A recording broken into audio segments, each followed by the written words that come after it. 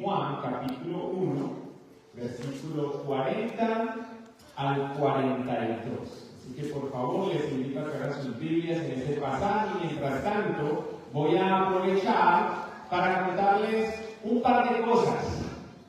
La primera es que hoy concluiremos la serie de ¿Quién es tu uno?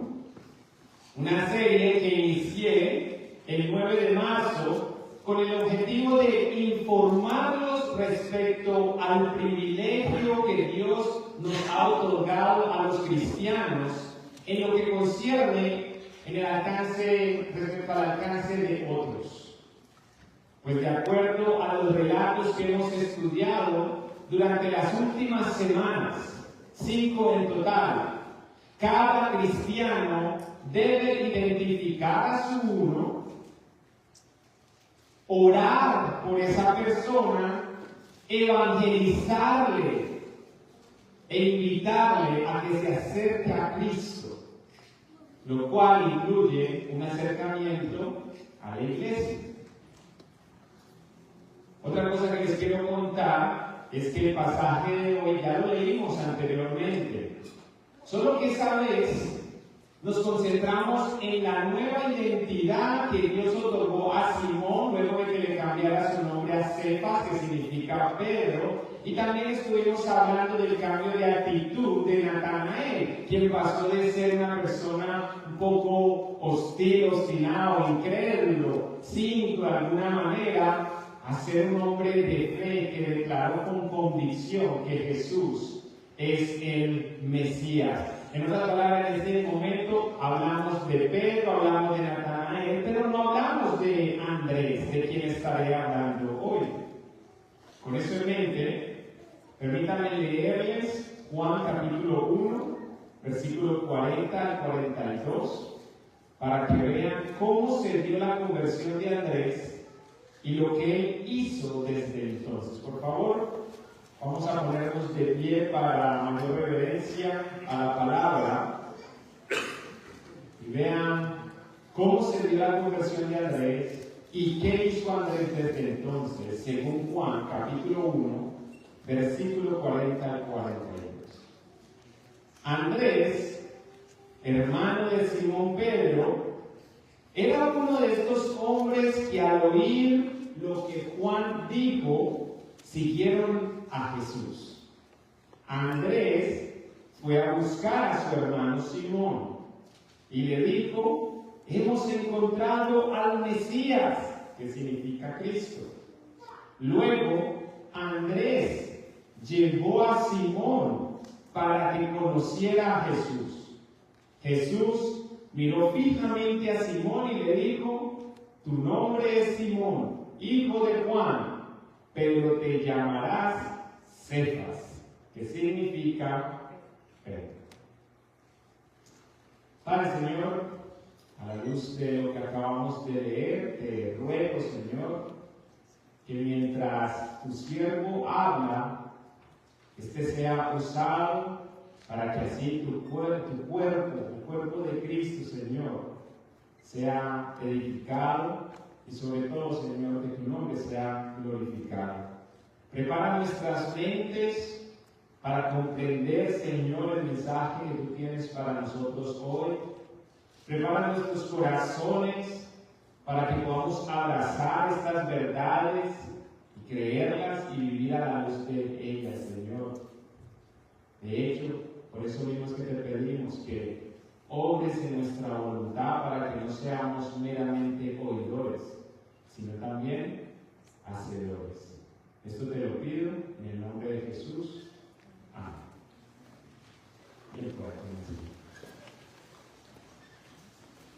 Como pueden observar en el texto que acabamos de leer, Simón conoció a Jesús gracias a Andrés, quien empezó a seguir a Jesús gracias a Juan el Bautista.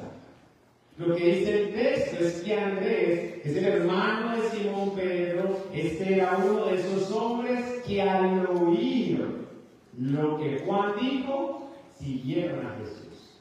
Y de ahí, ¿qué hace él al seguir a Jesús? Dice, Andrés fue a buscar a su hermano Simón, y más adelante dice que lo llevó a Jesús para que conociera a Jesús, para que lo conociera de manera personal. En otras palabras, Juan alcanzó a Andrés. Y de ahí Andrés alcanzó a Simón, más conocido como el apóstol Pedro, lo cual es fascinante, pues a pesar de que Andrés solo aparece 13 veces en los evangelios y una vez en el libro de Hechos, para un total de 14 apariciones, en todas estas él aparece junto a su hermano, y a pesar de eso, el Nuevo Testamento sería distinto sin él. Especialmente si nadie hubiera evangelizado a Pedro, quien aparece 194 veces más que su hermano, quien solo apareció 14 veces, y dicho sea de paso, en estas 14, varias de estas apariciones eran en una lista de los discípulos de Jesús. Y no hay narraciones, solo hay 3 narraciones en las que él aparece.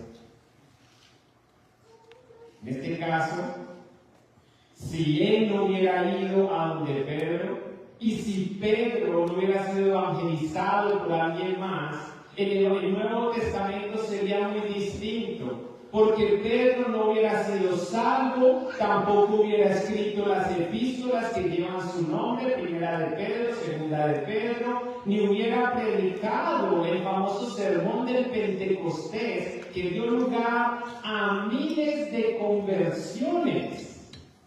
Vaya uno a saber si entre esas miles de conversiones, ahí estaba el hombre que después decidió salir de ese lugar a otro lugar, preparar a alguien, después enviar a alguien más, de alguna manera llegan a Antioquía, y Antioquía pone su mira en las naciones, y así sucesivamente envían a un misionero para este lado, para este continente, y de este lado del mundo de pronto envían otro misionero para otro país, y así sucesivamente aparece Iglesia Bíblica Campo Blanco. Hermanos, las raíces de nuestra iglesia, si nosotros siempre hablamos tuvo sus inicios en junio 3 del 2018, esa es la historia corta de nuestra iglesia. Pero cada iglesia local tiene una historia mucho más larga. Y posiblemente en todas las iglesias locales vamos a encontrar su raíz en la conversión que habrá ocurrido en un hombre que conoció al Señor a través del sermón que predicó Pedro, en el cual se convirtieron miles de personas. Solo Dios sabe qué más podría haberse quedado fuera de la Biblia y de la historia de la iglesia si Juan no le hubiera hablado de Jesús a Andrés, o si Andrés no le hubiera hablado de Jesús a su hermano Pedro. Dicho esto, y sabiendo que Andrés vivió a la sombra de su hermano, porque además que aparece pocas veces y que su nombre aparece en la mayoría de las ocasiones solamente en listas, excepto por 3 narraciones, las veces que aparece, todas en las que aparece, siempre está ahí Pedro. Y de hecho, cuando se dice Andrés, se le agrega entre paréntesis el hermano de Pedro.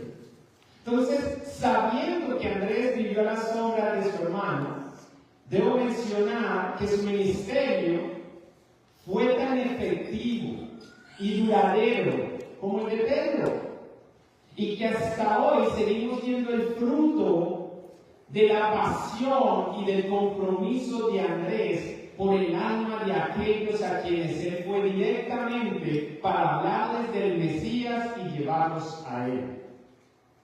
lo cual pone en evidencia tres cosas que Andrés reconocía y valoraba, las cuales quiero compartir con ustedes en el tiempo que resta. Y no sé por qué esto está haciendo como sonido, perdón. Las voy a compartir en el tiempo que resta. La primera de estas es que Andrés reconocía el valor de cada alma. Si a usted le gusta tomar apuntes, esta podría ser una buena nota. Andrés reconocía el valor de cada alma, y como muestra de eso, vemos que todas las veces que aparece él en un relato, aparece trayendo gente a Jesús. Primero, a Pedro su hermano, Juan 1:42. Luego, a un niño, en Juan capítulo 6:9. Y por último, a algunos griegos, en Juan capítulo 12, versículo 22. Y si bien muchos suponen que las personas vienen a Cristo por escuchar un sermón en un ambiente multitudinario, debo aclarar que por lo general, la mayoría de los testimonios tienen algo en común, y es esto: la influencia de un cristiano que les habló de Cristo, los invitó a la iglesia y los invitó a la iglesia. Casi todos nuestros testimonios tienen eso. No fue necesariamente un sermón dado en un contexto, en un ambiente multitudinario, lo cual me recuerda a Edward Kimball. ¿Alguien sabe quién es Edward Kimball? Bueno, este es un hombre del que poco se sabe. Sin embargo, fue la persona que evangelizó a D.L. Moody. Ayer les envié un video y ojalá lo hayan visto, porque no va a tener el mismo sentido lo que voy a decir si usted no ve el video, usted se lo perdió. Ojalá que lo pueda ver después y ya decir, ay, ya veo a qué se refería el pastor con esto. Edward Kimball, un hombre del que poco se sabe, fue la persona que evangelizó a Dwight Lyman Moody, conocido como D.L. Moody. ¿Y sabe dónde lo evangelizó? En una zapatería de Boston, en donde el joven Moody trabajaba. De acuerdo a algunos relatos que describen este suceso, el señor Kimball era tímido. Y si usted de pronto ha tenido esa lucha, cuando usted dice, es que yo le quiero compartir el evangelio, pero no sé cómo. Yo no soy bueno en hablarle a la gente. Eso me pone nervioso. Yo soy una persona tímida. Bueno, escuchen esto muy bien. El señor Kimball también lo era. Él era muy tímido y de voz muy suave. Todo menos valiente. Y ahí lo interesante del caso. Pues pese a eso, se armó del valor que él no tenía, fue a la zapatería asustado y sin saber si podría evangelizar a Moody, un jovencito de 18 años, que era analfabeto y muy vulgar. Con todo eso, lo evangelizó temblando. Sobre este hecho, Kimball dijo: decidí hablar con Moody de Cristo y de su alma. Fui a la tienda de zapatos de Fulton. Cuando casi llegaba, comencé a dudar de si debía ir en ese momento mientras él trabajaba. Y pensé que tal vez mi misión podría avergonzar al joven, que cuando me fuera, los demás empleados le preguntarían sobre mí, y al saber de mí, se burlarían de Moody, porque quise convertirlo en un buen hombre.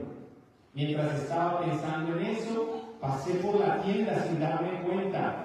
Luego, cuando vi que había pasado por la puerta, decidí hacerlo y terminar todo de una vez. Además de eso, Kimba confiesa en otra ocasión que no recuerdan lo que le dijo mientras le hablaba de Cristo. Lo que sí recuerda y reconoce es que su llamado fue muy débil. Pero aún así, el jovencito de 18 años, que solía ser analfabeto y vulgar, le dio su vida a Cristo. Ahora bien, dado que no todos saben quién es D.L. Moody, quiero puntualizar que D.L. Moody, y esto sería una versión corta y no tan interesante como comparada con lo que es el video que les envié. D.L. Moody fue la persona, acuérdense, él era analfabeto, fue la persona que revolucionó el evangelismo. A pesar de que no contaba con ningún tipo de formación teológica o profesional. De modo que sin radio ni televisión llegó a 100 millones de personas. Fundó 3 escuelas, entre esas un instituto bíblico que se llama el Moody Bible Institute o Instituto Bíblico Moody. Preparó a miles de obreros e influyó a miles más. Entre estos, alguien que quizás ustedes no conocen, o quizás sí, un hombre llamado John Piper. Y otro que se llama Billy Graham, se llama porque está en la eternidad, Billy Graham. Todo porque Edward Kimball, un hombre del que poco se sabe, decidió obedecer a Dios, evangelizar a Moody e invitarlo a que se rindiera su vida a Jesucristo. Por eso nuestro deber y mi deber es anunciar el evangelio a toda criatura. Pero es que me da miedo, pues con miedo y todo vamos y lo hacemos. Hermanos, no de por sentado que los que nos paramos aquí hacemos esto sin ningún temor, sin ningún temblor. No, hermano, esto no es natural. Es un mensaje poderoso, sobrenatural, que Dios ha confiado a vasijas de barro. Pongámoslo de esta manera, porque así es como la Biblia lo pone. El Evangelio es un tesoro confiado, colocado en unas vasijas de barro, porque la idea es que lo que sea exaltado sea Cristo y su gloria. No nosotros. Si es que nos tiembla la voz, si es que no sonamos profundos, si es que la gente nota que estoy nervioso, si me ven que estoy temblando, no importa, yo le voy a dar el mensaje, porque no es mi elocuencia lo que va a transformar la vida de esa persona, sino el poder que reside en el buen mensaje del Evangelio. Y mis hermanos, cuando tú le estés hablando a uno que no tiene ni idea si va a creer o no, que de hecho una de las cosas que te hace temblar y te intimida de ir a esa persona es precisamente que es una persona bien hostil. Tú no sabes si tú le estás hablando al siguiente mundo. No perdamos las oportunidades, especialmente porque se nos va a demandar. Si le advertimos a las personas, si les contamos a las personas acerca de la justicia y la santidad de Dios. A las personas hay que avisarles de que estamos delante de un Dios santo y justo y que debido a su justicia Él va a condenar al culpable. Y que el problema de esto es que debido a nuestros pecados, por cuanto todos hemos pecado, estamos destituidos de la gloria de Dios. Somos personas injustas, merecedoras del infierno, merecedoras de ser aplastados por la ira de Dios. Pero Dios en su misericordia envió a su Hijo Jesucristo. Y esto hay que contarlo. Hay que contarles que Dios amó de tal manera al mundo que envió a su Hijo unigénito para que todo aquel que en él cree no se pierda, mas tenga vida eterna.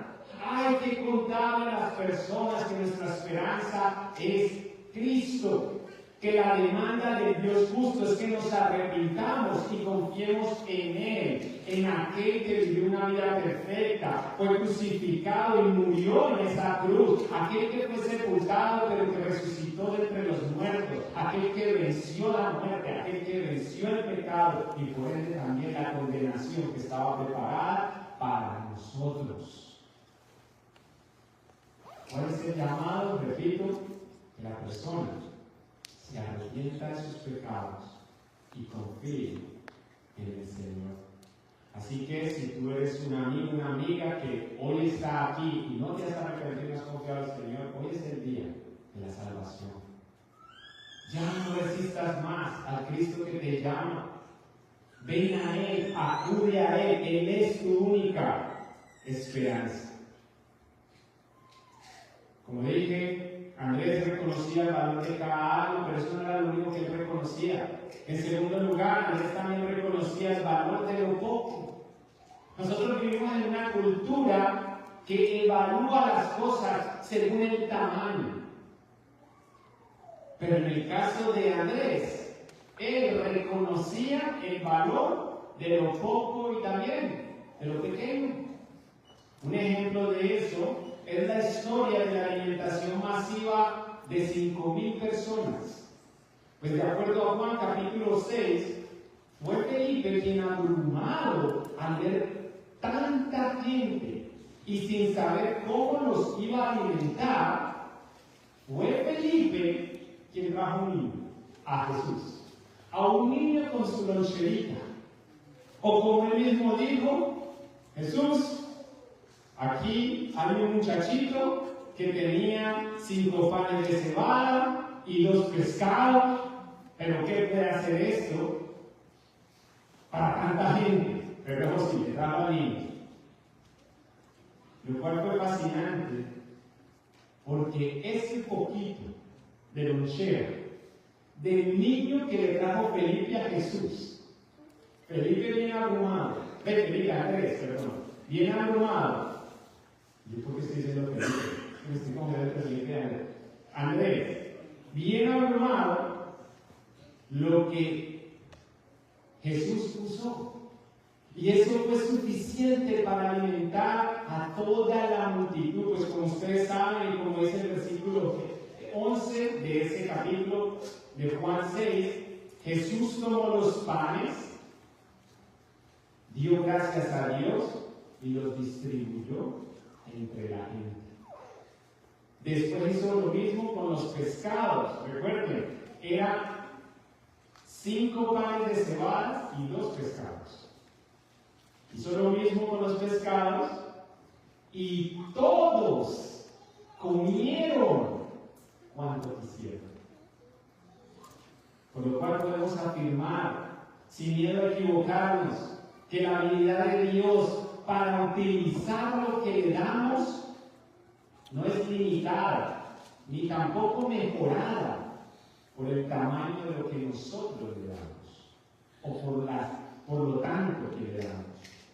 Pues no es la cantidad, óigame bien, no es la cantidad,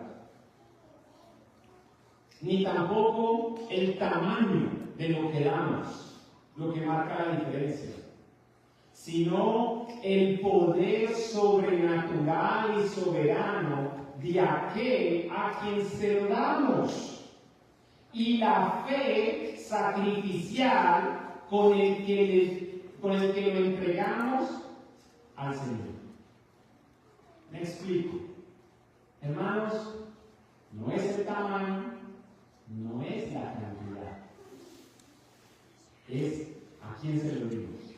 No es el que lo da, no es exactamente lo que da, es a quién se lo damos, y junto a eso, la fe sacrificial con la que lo damos. Un ejemplo de eso es la viuda. Se dice en la Escritura que había una fila de personas trayendo su ofrenda. Y personas muy adineradas estaban poniendo ahí grandes porciones de dinero. Pero apareció una mujer, y esta mujer, poniéndolo a esta actualidad, lo que dio fue un par de centavos. Y cuando Jesús la vio, dijo: sepan que esa mujer dio mucho más que todos. Pero nosotros estamos poniendo grandes cantidades. Y aquí fue lo que marcó la diferencia. Dice: porque todos los demás dieron de lo que les sobraba. Ella, en cambio, dio todo lo que tenía. Hermanos, piensa por esto en un momento.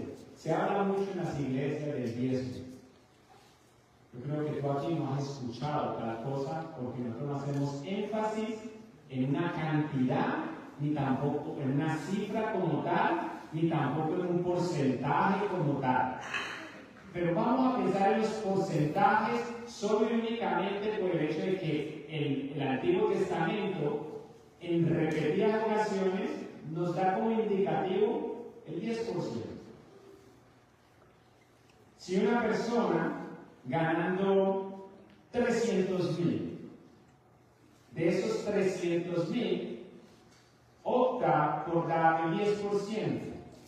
¿Cuánto es el 10% de $300,000? 30,000. Y otra persona que lo que gana son 50,000 al año, con toda la familia, opta por dar el 10% de esa cantidad. ¿Cuánto es el 10% de 50,000? 5,000. Comparado a 30,000, 25,000 de diferencia. ¿Quién dio más al Señor? Ninguno de los dos. Ambos dieron sacrificialmente, y eso Dios lo aprecia. Y Dios bendice esa manera de dar. Ahora cambiémoslo un poco. Resulta que este de 300,000 da el 5%. ¿Cuánto es el 5% de 300,000? 15,000. Creo que son buenísimas matemáticas. Ok. 15,000. ¿Cuánto le quedó a esa mujer o a ese hombre en el bolsillo para vivir, para cubrir sus gastos? $285,000. Él creía que necesitaba $285,000 para vivir y de $15,000. Mire, un 15,000 con plata. Pero este sigue siendo fiel a dar sacrificialmente esos 5,000. $10,000 de diferencia. ¿Quién está dando más? Numéricamente, tal vez este. Ante Dios, ¿quién dio más? Y esos 5,000, llega lo que Dios va a hacer con esos 5,000. Y cómo los va a implementar para multiplicarlos y que su palabra se siga expandiendo para servir a otros, para edificar a otros. Y así sucesivamente. ¿Por qué? Por lo que acabo de decir, mis hermanos, la habilidad de Dios para utilizar lo que le damos no está limitada ni tampoco es mejorada por el tamaño de lo que das. Pues no es la cantidad ni el tamaño de lo que damos lo que marca la diferencia. Es el poder sobrenatural y soberano de aquel a quien lo damos y la fe sacrificial con el que lo entregamos a nuestro Señor Jesucristo. En pocas palabras, no es la grandeza de lo que yo doy, sino la grandeza de Dios a quien se lo dio. Eso en segundo lugar. Andrés reconocía el valor del poco. En tercer lugar, Andrés reconocía el valor del servicio discreto. Pues como ven, él se dedicó a evangelizar individuos y no a multitudes. No hay nada de malo en evangelizar a multitudes, pero a él no lo afanaba tal cosa.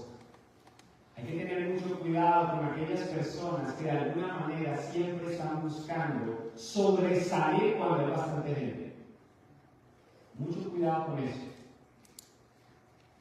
Porque lo que queremos cultivar son hombres y mujeres, siervos de Dios, que se deleitan en servir a Dios, porque ellos no viven para ellos mismos, no viven para la gente, viven para el Señor. En el caso de Andrés, él se dedicó a evangelizar individuos, uno por uno, y no a multitudes. Aunque por eso su vida pasara desapercibida ante los ojos de los que escribieron y de los que leemos los evangelios. Quizás para muchos de ustedes hasta hoy fue que oyeron de Andrés. Pero de Pedro, ¿cuánto había oído? Hace mucho. ¿Y cuántas veces? Muchas veces. ¿Y de Andrés? Poco o nada. Él se dedicó a evangelizar individuos y como resultado, aunque no predicó a miles, ni fundó iglesias, hoy podemos decir que aún las iglesias de la actualidad son edificadas cuando estudiamos los relatos y las cartas de Pedro, gracias a que él fue a donde su hermano, Andrés, fue a donde su hermano para hablarle acerca del Mesías y llevarlo a él para que lo conociera personalmente. Cosa que Andrés continuó haciendo por el bien eterno de otros.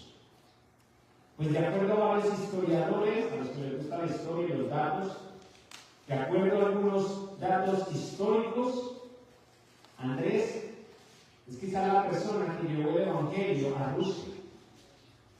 Y probablemente también el que llevó el Evangelio a Escocia y a otros lugares del mundo, entre eso, el lugar donde lo crucificaron, es decir, Acadia, al sur de Grecia, cerca de Atenas.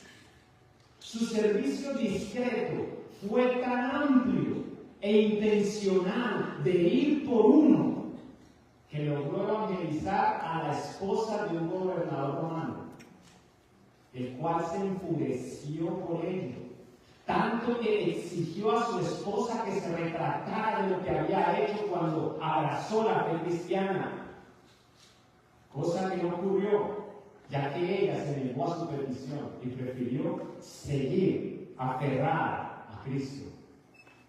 Por lo cual, el gobernador romano ordenó la crucifixión de Andrés, a quien ató en lugar de clavarlo, después de torturarlo, para que no se muriera rápido y sufriera más. De modo que Andrés estuvo colgado en una cruz que ni siquiera se le hicieron en forma de cruz, porque ya estaba ocurriendo que los discípulos de Jesús, al ver que iban a ser crucificados, ellos veían el morir de la misma forma de Cristo como un gran privilegio. Y en el caso de Pedro, como un privilegio del que él no era digno, y por eso él pide: crucifíquenme en boca abajo. Yo no soy digno de morir como mi Señor. Entonces ahora los discípulos de Jesús, cuando los crucificaban, ellos iban a la cruz sintiendo que eso era un honor. Y este hombre en su maldad, para que Andrés no tuviera esa dicha, le manda hacer una cruz en forma de X. Y no lo clava para que sufra más, se demore más en morir. Lo que hace es amarrarlo después de torturarlo. Un martirio que Andrés supo aprovechar hasta que murió. Pues de acuerdo a múltiples testimonios, durante esos 2 días, Andrés exhortó a todos los que pasaban por su lado a que acudieran a Cristo para ser salvos. Andrés es el claro ejemplo de aquellos que sirven e impactan la vida de muchos, dentro y fuera de la iglesia, sin que nadie los vea. Lo cual nos lleva a la pregunta más importante que nos podemos hacer hoy, ahora que sabemos estos rasgos de Andrés. La pregunta más importante es la que da lugar a las aplicaciones, porque aquí no venimos solamente por la información. Más que información, ¿qué queremos? Queremos transformación. Queremos saber cómo puedo aplicar esto a mi vida. ¿Qué Dios está demandando a través de estas verdades? Y por eso para eso voy a contar hasta 3. Y ustedes hacen la pregunta que está en pantalla. Y entonces vamos a ver qué Dios viene para nosotros a la luz de lo que aprendimos hoy. ¿Listos? 1, 2 y 3. ¿Y ahora qué? ¿Y ahora qué?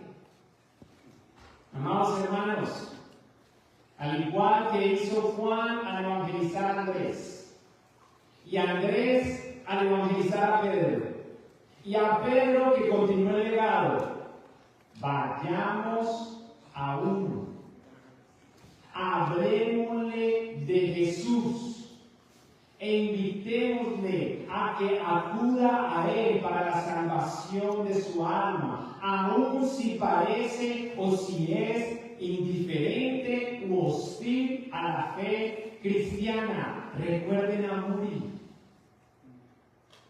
¿Qué sabes tú si ese vulgar, ese morboso, ese drogadicto, esa mujer que se anda revolcando con uno y con el otro, que se mofa de sus borracheras, que le quita el marido a otra, ese hombre, debo saber que tú piensas, ese hombre no va a tener corazón para eso, ese hombre no va a entender, ese hombre no va a querer. ¿Es que acaso tú sí? Porque quizás tú piensas que tú tienes un interés en Dios, pero todo el que tiene ese interés es porque Dios está obrando en él. Sin Dios obrando, la Biblia nos describe como muertos. Pablo dice en Efesios: vosotros estabais muertos en vuestros delitos y pecados. ¿Qué puede hacer un muerto por sí mismo? El muerto no quiere nada. El muerto no puede hacer nada. Fue Dios quien nos dio vida. Es Dios quien a través de su Espíritu obra en nuestra mente para que comprendamos. Hermanos, no es casualidad que ese mensaje que nos deslumbró a nosotros, la mayoría de nosotros, o quizás al menos algunos de nosotros, no tenemos estudios profesionales, no tenemos maestrías o doctorados, a lo mucho tendremos un asociado, pero entendimos el Evangelio. ¿Será porque éramos más inteligentes que los que no entienden? No. Hay gente que tiene todos esos doctorados y tú le presentas el Evangelio de una manera muy clara, muy sencilla, fácil de entender, y dice: esto es locura. Entonces no pienses que esa persona que parece necia, que parece hostil, que parece que no va a entender y no va a querer, que por eso ahora tu conclusión y tu decisión es: mejor le comparto a otro y no a ese. Menos mal que este hombre del que poco se sabe, porque hasta el nombre me acaba de olvidar. Sé que se llamaba Edward Kimball. Menos mal que Edward Kimball no fue así. El día de hoy quiero invitarles, no que sean como Muri, que le habló a 100 millones de personas sin radio y sin televisión. No que sean Billy Graham, no que sean Pedro frente a miles. Hermanos, en la actualidad, no tan actual, porque esto fue con 1800 y algo, seamos como Emma Kimball. Y si vamos más atrás, seamos ese Andrés que va así y lo trae a donde Jesús. Ay, pero hermanos, usted no sabe cuán indiferente es mi primo, usted no sabe lo hostil que es mi papá cuando se le habla del cristianismo, o desde que sabe que yo soy cristiano. 1 Corintios 1, 26 al 29. Recuerden, amados hermanos, que pocos de ustedes eran sabios a los ojos del mundo, o poderosos, o ricos cuando Dios los llamó. En cambio, Dios, eligió lo que el mundo considera ridículo para avergonzar a los que se creen sabios y escogió cosas que no tienen poder para avergonzar a los poderosos. Dios escogió lo despreciado por el mundo, lo que se considera como nada, y lo usó para convertir en nada lo que el mundo considera importante. Como resultado, nadie puede jamás jactarse en presencia de Dios.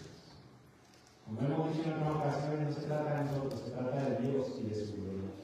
Sin más que añadir, y con la esperanza de que han sido edificados y desafiados con estas verdades que han oído, que hemos estudiado a lo largo de estas 5 semanas, permítame concluir con unas cuantas preguntas.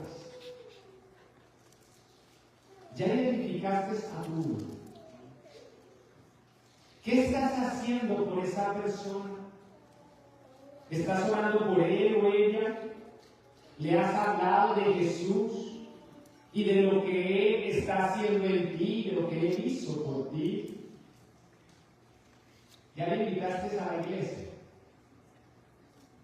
Suponiendo que la respuesta es sí, o en esas estoy, déjame hacerte una pregunta más, pues la incógnita no solo es quién es tu uno, sino también quién es tu próximo. Hermanos, esta serie no es más que un switch. ¿Cómo se dice switch en español? Que a mí me da una pena cuando digo palabras en español. ¿Cómo? Interruptor.